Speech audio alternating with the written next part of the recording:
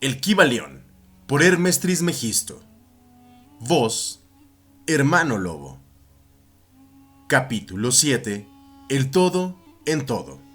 Si bien es cierto que todo está en todo, no lo es menos que todo está en todas las cosas. El que comprende esto debidamente ha adquirido gran conocimiento. El Kybalión. Cuán a menudo se ha oído a la mayoría repetir la afirmación de que su deidad era todo en todo, y cuán poco se ha sospechado el íntimo significado oculto encerrado en esas palabras emitidas tan citón ni asón. La presión comúnmente empleada en lo que se ha quedado de la máxima hermética del epígrafe, como dice el Kybalión, el que comprende esto debidamente ha adquirido gran conocimiento, y si esto es así, tratemos de comprender lo que significa, dada su gran importancia. En esta máxima está encerrada una de las más grandes verdades filosóficas, científicas y religiosas. Ya hemos dado la enseñanza hermética concerniente a la naturaleza mental del universo, la verdad de que el universo es mental, sostenido en la mente del todo. Como dice el Kybalión en el pasaje citado, todas las cosas están en el todo. Pero nótese también la siguiente afirmación correlacionada. Es igualmente cierto que el todo está en todas las cosas. Esta contradicción aparente es conciliable según la ley de la paradoja. Es, además, una afirmación hermética exacta sobre las relaciones que existen en el todo y su universo mental. Ya hemos visto cómo es que todo está en el todo. Examinemos ahora el segundo aspecto del asunto. La doctrina hermética indica que el todo es inminente e inherente al universo, así como en toda parte, partícula, unidad o combinación dentro del universo. Los maestros suelen ilustrar este postulado refiriéndose al principio de correspondencia. El instructor pide al estudiante que forme una imagen mental de algo, de una persona, de una idea o alguna cosa que tenga forma mental, siendo el ejemplo preferido el de un autor que se está formando una idea de los personajes, el de un pintor o escultor que esté creando la imagen mental de lo que trata de expresar en su arte. En cada caso, el estudiante verá que, aunque la imagen tiene existencia y ser únicamente dentro de su propia mente, sin embargo, el estudiante mismo, autor, pintor o escultor, es, en cierto sentido, inmanente en dicha imagen. En otras palabras, toda la virtud, vida, espíritu o realidad de la imagen mental se deriva de la inmanente mente del pensador. Medítese esto un instante, hasta que se comprenda bien la idea. Empleando otro ejemplo, podríamos decir que Otelo, Yago, Hamlet, Lear, Ricardo III, etc., existieron en la mente de Shakespeare en el momento de su concepción o creación. Y sin embargo, Shakespeare existió también dentro de cada uno de sus personajes, dándoles su vitalidad, su espíritu y su acción. ¿Cuál es el espíritu de los personajes que conocemos como Micawber, Oliver Twist, Uriah Heep? ¿Es Charles Dickens? ¿O tiene cada uno de ellos un espíritu personal independiente a su creador? ¿Tiene la Venus de Médicis, la Madonna Sixtina, el Apolo de Belvedere, espíritus y realidades propias? ¿O representan los poderes mentales y espirituales de sus creadores? La ley de la paradoja explica que ambas posiciones son ciertas, consideradas desde los puntos de vista apropiados. Micawber es a la vez Micawber y Dickens, y mientras puede decirse que Micawber es Dickens, Dickens no es idéntico a Micawber. El hombre, como Micawber, puede exclamar: el espíritu de mi creador me es inherente, y sin embargo, yo no soy él. Esto es muy diferente de la chocante media verdad que clamorosamente anuncian algunos medios sabios diciendo: yo soy Dios.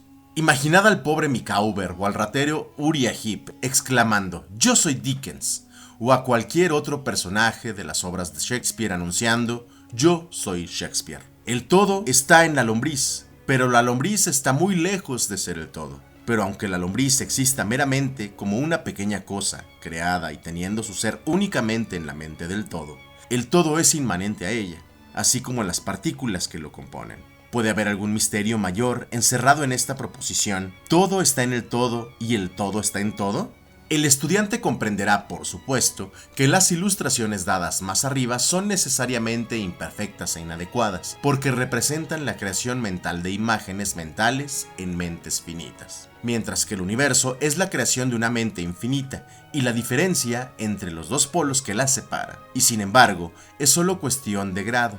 El mismo principio es el que opera. El principio de correspondencia se manifiesta en cada una diciendo como es arriba es abajo, como es abajo es arriba. Y en proporción a la realización que obtenga el hombre de la existencia del espíritu subyacente, inmanente en su propio ser, se elevará en la escala de la vida.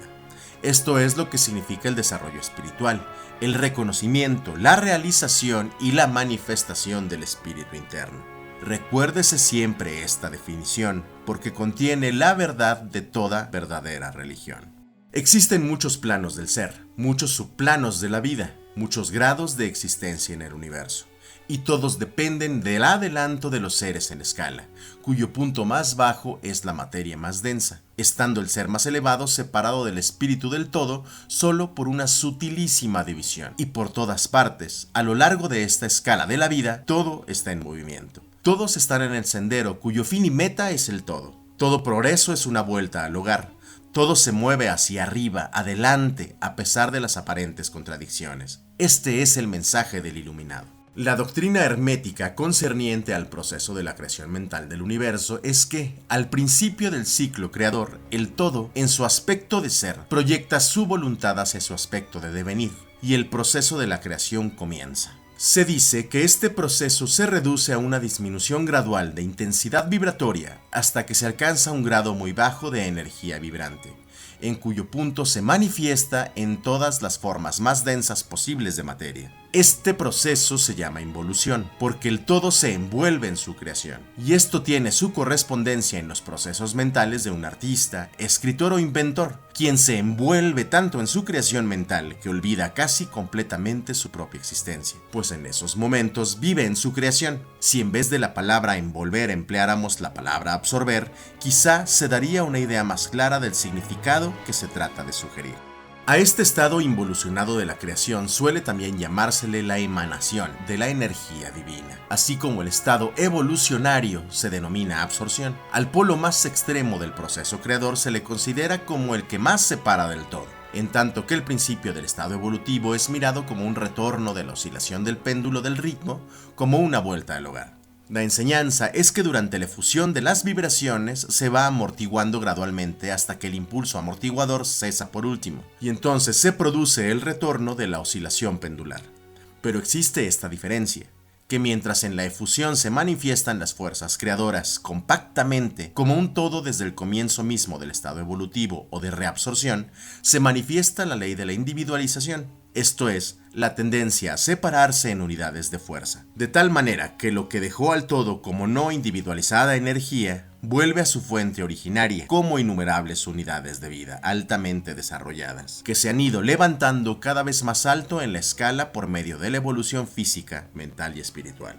Los antiguos herméticos empleaban la palabra meditación para describir el proceso de la creación mental del universo en la mente del todo, habiéndose empleado también frecuentemente la palabra contemplación. Pero la idea que parece sugerir es la de que el empleo de la atención divina, atención, es una palabra de la raíz latina que significa alcanzar o llegar, y el acto de atención es realmente un alcance, una extensión de la energía mental.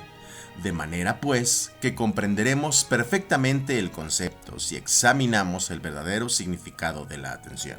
La doctrina hermética concerniente a la evolución es que el todo, habiendo mediado sobre el principio de la creación y estableciendo así la base material del cosmos, pensándolo en la existencia gradualmente va despertándose de su meditación. Y al hacerlo produce la manifestación del proceso evolutivo en los planos material, mental y espiritual sucesivamente y en orden. Así empieza el movimiento ascendente y de todos los seres que comienzan a dirigirse hacia el espíritu. La materia se va haciendo menos densa, las unidades vienen a ser las combinaciones y se inician, así la vida aparece y va manifestándose en formas cada vez más elevadas, y la mente se va haciendo más evidente, vibrando todo cada vez más intensamente. En una palabra, el proceso entero de la evolución en todas sus fases comienza y sigue de acuerdo con las leyes del proceso de absorción. Todo esto ocupa eones y eones de tiempo, estando compuesto cada eón por millones de años. Pero según dice el iluminado, toda la creación, incluyendo la involución y la evolución de un universo, no es más que un abrir y cerrar de ojos para el todo. Al final de innumerosos ciclos de eones, el todo retira su atención o meditación del universo, porque la gran obra ha terminado, y todo queda absorbido en él de quien otrora emergiera. Pero el misterio de los misterios es que el espíritu de cada alma no queda aniquilado, sino que se expande infinitamente, sumergiéndose uno en el otro, el creador y el creado. Esta es la voz de la iluminación. La iluminación expuesta sobre la meditación y el subsiguiente despertar de ella y del todo no es, por supuesto, más que un intento de descripción del proceso infinito mediante un ejemplo finito. Pero no obstante, como es arriba es abajo, la diferencia es solo de grado. Y así, como el todo se despierta de su meditación sobre el universo, así también el hombre cesará de manifestarse sobre el plano material y se irá retirando cada vez más en el espíritu interno que ciertamente es el ego divino. Hay otra cosa más de la que deseamos hablar en esta lección, y esto llega muy cerca del campo metafísico de especulación, aunque nuestro propósito es simplemente el mostrar la futilidad de tal especulación. Aludimos a la pregunta que inevitablemente se presenta ante la mente del todo. Los pensadores que se han aventurado a buscar la verdad, la pregunta es, ¿por qué creó todo el universo? Esta pregunta podrá ser formulada en diferente forma, pero su esencia es siempre la misma. Mucho han luchado los hombres para contestársela, pero aún no se posee respuesta alguna que merezca ese nombre. Algunos se han imaginado que el todo ganaría algo con ello, pero eso es absurdo, porque ¿qué es lo que podrá obtener el todo que ya no posea?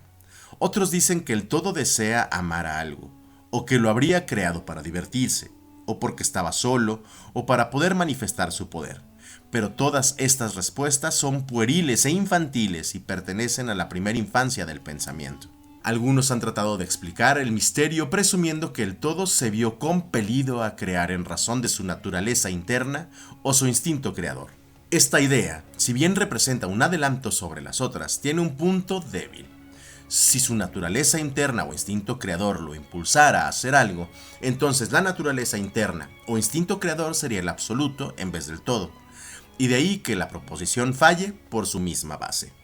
Sin embargo, el todo crea y se manifiesta y parece encontrar cierta satisfacción al hacerlo, y es muy difícil escapar a la conclusión de que en algún grado infinito tendría que tener algo que correspondiera a una naturaleza interna o instinto creador en el hombre, con un deseo y voluntad correspondientemente infinito.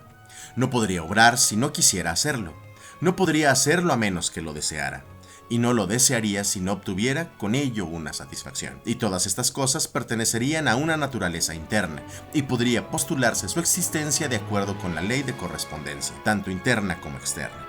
Este es el problema que yace en la raíz misma de la dificultad, y la dificultad que se encuentra en la misma raíz del problema. Estrictamente hablando, no puede decirse que haya ninguna razón para obrar, porque una razón implica una causa, y el todo está por encima de la causa y del efecto, salvo cuando su voluntad misma se convierte en una causa, en cuyo momento el principio se pone en movimiento. De manera pues que no puede pensarse en sí mismo por él el asunto, porque como él mismo todo es incognoscible, así como nos vemos obligados a decir simplemente el todo es, así también solo podemos decir que todo obra porque obra. Y, en último término, el todo es la razón en sí misma, y puede decirse en verdad que él es su propia razón, su propia ley, su propio acto mejor aún. Que el todo, su razón, su acto y su ley son uno, siendo las palabras diferentes nombres de la misma cosa. En opinión de los que esto escriben, la respuesta se halla encerrada en el íntimo ser del todo, en su ser secreto. La ley de correspondencia, en nuestra opinión, solo llega al aspecto del todo que denominamos el aspecto de devenir o de estado. Tras ese aspecto está el del ser, en cual todas las leyes se pierden en la ley, todos los principios en el principio y en el todo. El principio y el ser son idénticos, uno y lo mismo. Por consiguiente, toda especulación metafísica sobre el punto es inútil. Si nos ocupamos aquí de la cuestión es solo para mostrar que si bien reconocemos el hecho, reconocemos también lo absurdo de las respuestas dadas por metafísicos y por teólogos. En conclusión, podrá ser de interés para los estudiantes el saber que en tanto que algunos de los antiguos y modernos instructores herméticos se inclinan más bien a aplicar el principio de correspondencia en la cuestión, que da por resultado la naturaleza interna, la leyenda dice que Hermes, el Grande, cuando le fue hecha esta pregunta por algunos de sus más avanzados estudiantes, contestó apretando los labios fuertemente y no diciendo una sola palabra, como si indicara que no habría respuesta.